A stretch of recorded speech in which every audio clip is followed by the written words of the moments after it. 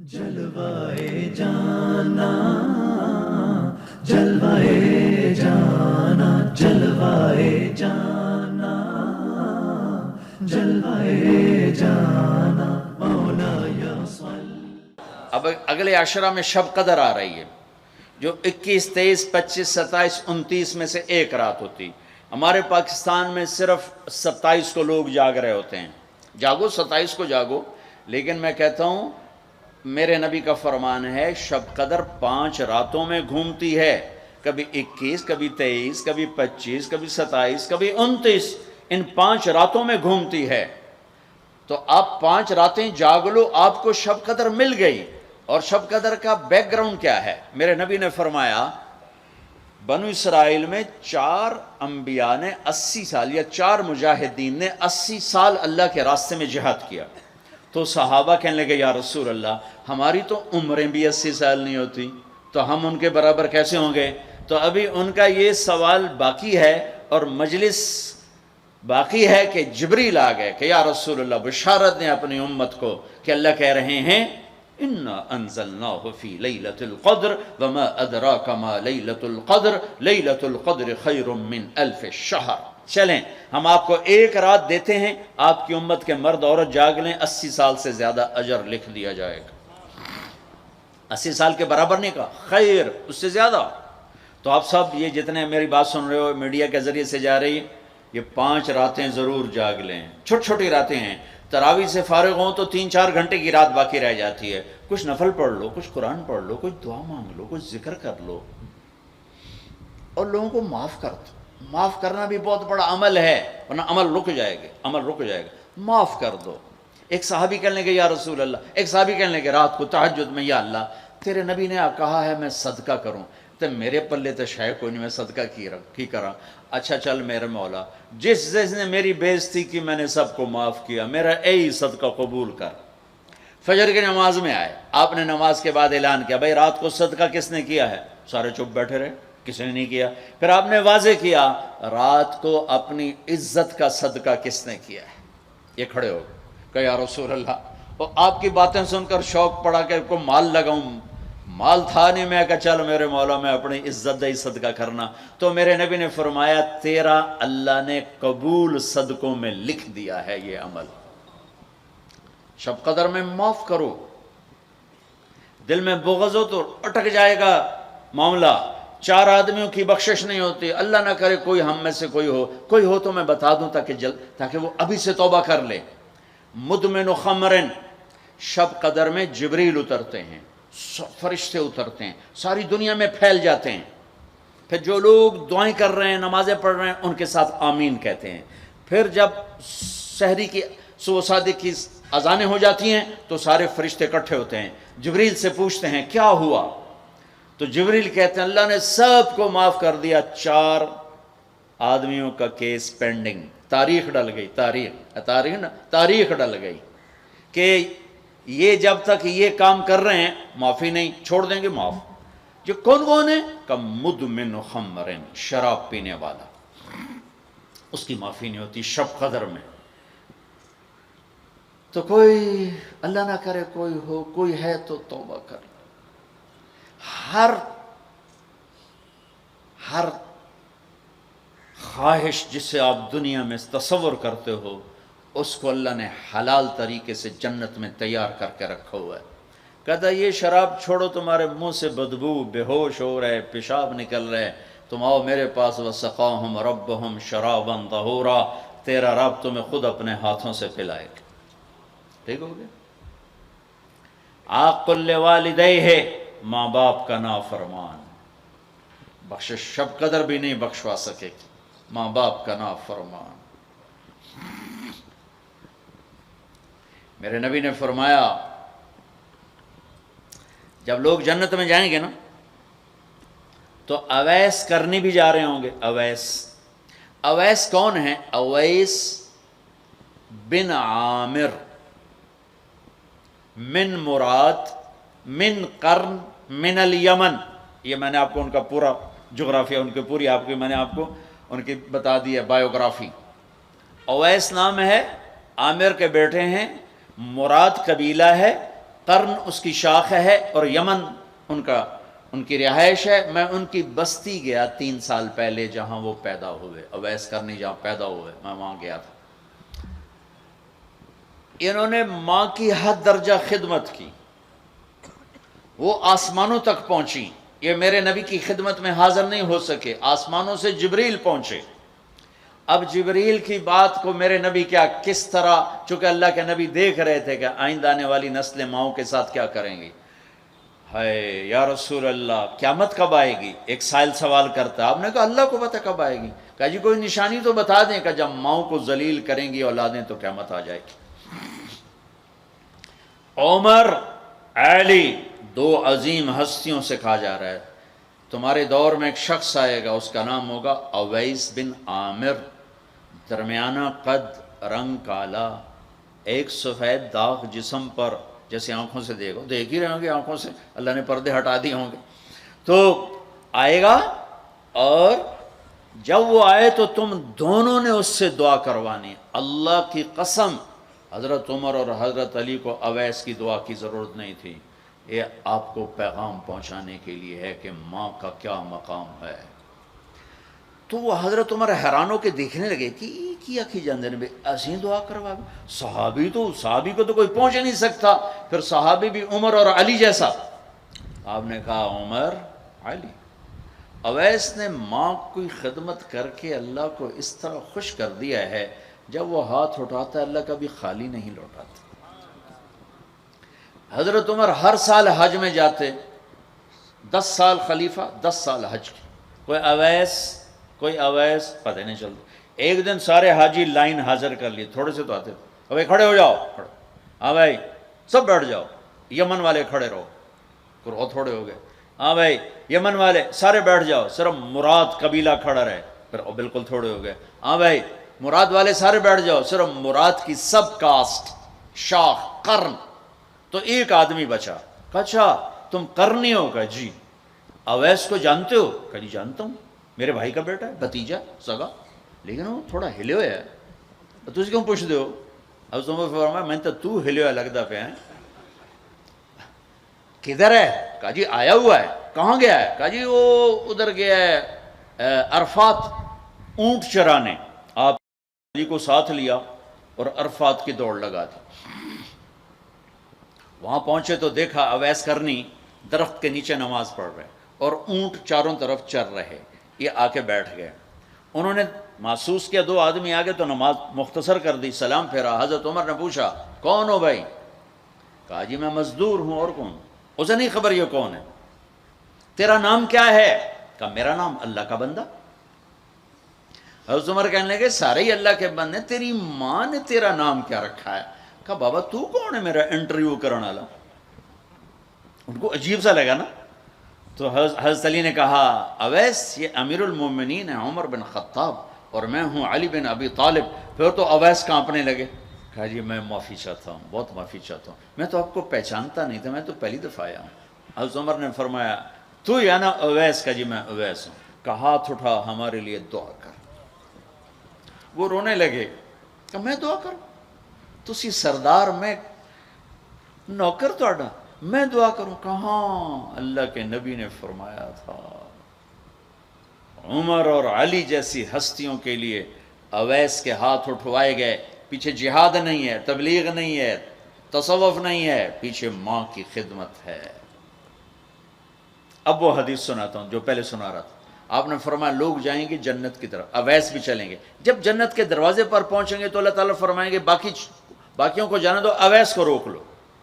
تو اویس پریشان، اے اللہ یہ میں نے بو احتیاط کیوں روک لیا، یہ کیا ہوا؟ اللہ تعالیٰ فرمائیں گے یہ پیچھے دیکھو. پیچھے دیکھیں گے تو جہنمی کھڑے ہوں گے کروڑوں اربوں کی تعداد. تو میرا اللہ فرمائے گا اویس تیری ایک نیکی نے مجھے بڑا خوش کیا ہے، ماں کی خدمت. تو انگلی کا اشارہ کر، جدھر جدھر تیری انگلی پھرتی جائے گی نا سب کو تیری طفیل جنت میں ڈال دوں گا. ہوئی ہوئی ہوئی ہوئی. یہ وہ ماں ہے جو کراچی کے ہر گھر میں ذلیل ہو رہی ہے، اور پنجاب کے ہر گھر میں، سندھ بلوچستان کوئی نصیبوں والی مائیں ہیں جن کو آنکھوں کی ٹھنڈک اولاد ملی ہے، ورنہ زہریلے سانپ ہیں. ابھی میں رائے میں تھا تو ایک خاتون کا خط آیا اسلام آباد سے، لگتا تھا اس نے آنسوؤں سے لکھا تھا خط کہ مجھے میرے بیٹوں سے بچاؤ، مجھے میرے بیٹوں سے بچاؤ، یہ تباہ ہو جائیں، یہ غارت ہو جائیں۔ ماں یہ کہہ رہی ہو تو کہاں تک انہوں نے ماں کو پہنچا دیا؟ ماں کا نافرمان، شراب پینے والا ماں کا نافرمان۔ بھائی کوئی ہے توبہ کر لے، ماں باپ دونوں، والدین دونوں۔ تیسرا رشتہ داروں سے لڑنے والا، بہنوں سے لڑا ہوا، بھائیوں سے لڑا ہوا، چاچوں سے لڑا ہوا، ماموں سے لڑا ہوا، بیوی سے لڑا ہوا، بیوی خامن سے لڑی ہوئی۔ جہاں رشتوں میں لڑائی ڈالنے والا ہے، جو عورت ہے یا مرد ہے، رشتوں میں لڑائی ڈالنے والا پینڈنگ ہو جائے گا، نہیں معاف ہوگا کہ تو میرے بندوں کو معاف نہیں کرتا، مجھ سے معافی مانگتا۔ بھائی بہنوں، کوئی کسی سے لڑا ہوا ہے تو اللہ کے واسطے رمضان کی محنت ضائع ہو جائے، شب قدر کا جاگنا ضائع ہو جائے، اس سے بہتر یہ ہے کہ ہم صلح کر دیں، معافی مانگ لیں، معاف کر دیں، سینے سے لگا لیں، درگزر کریں۔ میرے اللہ کو آپس کی نفرت، دیکھو چوری ڈاکہ بڑے گناہ ہیں اور معاشرے میں انتہائی ذلیل سمجھے جاتے ہیں۔ اس سے زیادہ اللہ کی نظر میں انسان گرتا ہے جب اپنے دل میں بغض پالتا اور نفرت پالتا، کسی کو حقیر جاننا، کسی کو تانے دینا، کسی کو بولیاں مارنا۔ اس لیے میں گزارش کرتا ہوں آپس کے بغض ختم کرو، خاص طور پر خونی رشتوں کے بغض ختم کر کے گلے لگو، معاف۔ خامند اور بیوی، ان کی آپس کی لڑائی سارے خاندان کو تباہ کر دیتی، اور ہمارا سارا اس وقت خاندانی نظام ٹوٹا ہوا ہے، غصے بڑھے ہوئے ہیں، ہماری غذائیں گندی ہیں، غذا کا اثر پڑتا ہے، سموسے، پکوڑے، فاسٹ فوڈ۔ دیکھو یہ میں نے سانس لیا پھر باہر نکالا، میں نے اندر کس کو لیا؟ آکسیجن، باہر کسے نکالا؟ کاربن ڈائی آکسائڈ۔ جب کاربن ڈائی آکسائڈ نہ نکلے تو آدمی مر جاتا ہے، کاربن ڈائی آکسائڈ رک جائے تو آدمی مر جاتا ہے۔ یہ جتنے کولڈ ڈرنکس ہیں سب میں کاربن ڈائی آکسائڈ ہے جو آپ خود اپنے اندر لے جا رہے ہیں، تو مزاجوں میں غصہ بڑھ رہا ہے، تیزابیت بڑھ رہی ہے۔ پھر جتنی فاسٹ فوڈز ہیں یہ سب مزاج گندا کر رہی ہیں، مزاج۔ اللہ کے واسطے چسکوں کے پیچھے نہ پڑو، نیچرل غذاؤں پہ آؤ۔ میرا اللہ نے کہا والتین والزیتون، مجھے قسم ہے زیتون کی اور انجیر کی۔ کتنا خوبصورت اور مفید پھلوں کی قسم اٹھائی اللہ تعالیٰ نے۔ اللہ نہیں کہہ سکتا تھا مجھے جلیبیوں کی قسم، اور مجھے سموسے کی قسم، مجھے پکوڑے کی قسم، چنیوٹیاں دے کنے دی قسم، سارے جہان دے میدے برباد کر دیتے کنے کھوا اللہ نے کتنی اچھی خوبصورت غذاؤں کی قسم اٹھائی ہے۔ اپنی غذائیں ٹھیک کرو، پھر اپنے رشتوں کو ٹھیک کرو، اپنی حدود قائم کرو۔ ساس سسر نے خامند اور بیوی کو برباد کیا ہوا ہے، اور خامند بیوی نے کہیں خود اپنی نادانی سے ایک دوسرے کو برباد کیا ہوا ہے، کہیں ماں باپ نے مل کر تربیت کے نام پر اولاد کو برباد کیا ہوا ہے۔ ماں باپ ہونے کا غلط فائدہ نہ اٹھاؤ، اپنی اولاد پہ اتنا جبر نہ کرو کہ وہ باغی ہو جائیں، اور تربیت کے نام پر ان پر سختی کرنے سے ریاکشن آئے گا۔ اپنے نبی کی سیرت پڑھو، یہ لمبا مضمون ہے، اب بیان کرنے میں صرف اشارے دے رہا ہوں کہ رشتے محبت سے قائم رہتے ہیں، رشتے محبت سے قائم ہوتے ہیں۔ اللہ کا فضل ہے، میں نے اللہ کے نبی کی زندگی کو پڑھا ہے، شوق سے پڑھا ہے، آپ کے گھر کو پڑھا ہے، آپ کے گھرانے کو پڑھا ہے، اہل البیت کو پڑھا ہے، لیکن میرا دعویٰ نہیں کہ میں نے سب کچھ پڑھا ہے، سب کچھ نہیں۔ جتنا میں نے پڑھا ہے کسی ایک جگہ میں نے نہیں دیکھا میرے نبی نے حسن حسین کو ڈانٹا ہو، یا ان کو بٹھا کے نصیحت، بچوں یہ نہیں کرنا، یہ کرنا ہے، یہ نہیں کرنا، یہ کرنا ہے۔ پیار دیا۔ آج کا ماں باپ کیا کرتا ہے، 3 سال کا بچہ اسکول پھینک دیتے ہیں اور بچے کے دل میں اپنی نفرت پہلے دن سے بٹھا دیتے ہیں۔ 3 سال کے بچے کو اسکول نہیں چاہیے، ماں کی گود چاہیے، اور آج کی ماں یہ قربانی کرنے کے لیے تیار نہیں۔ وہ گھر میں بھی ہو تو اس کو ٹائم نہیں دیتے، انہوں کارٹوناں تے باہر چھڑ دی، وہ کارٹون ویکھ انہوں اماں بھی کارٹون نظر آمدی، انہوں ابا بھی کارٹون نظر آمدا ہے، انہوں ہر شے کارٹون نظر آمدی۔ یہ ماں باپ کا ظلم ہے اولاد کو کارٹونوں پہ بٹھانا، وہ ٹائم ہی نہیں دینے کے لیے تیار۔ رشتوں کو محبت سے زندہ کرو، محبت سے زندہ کرو۔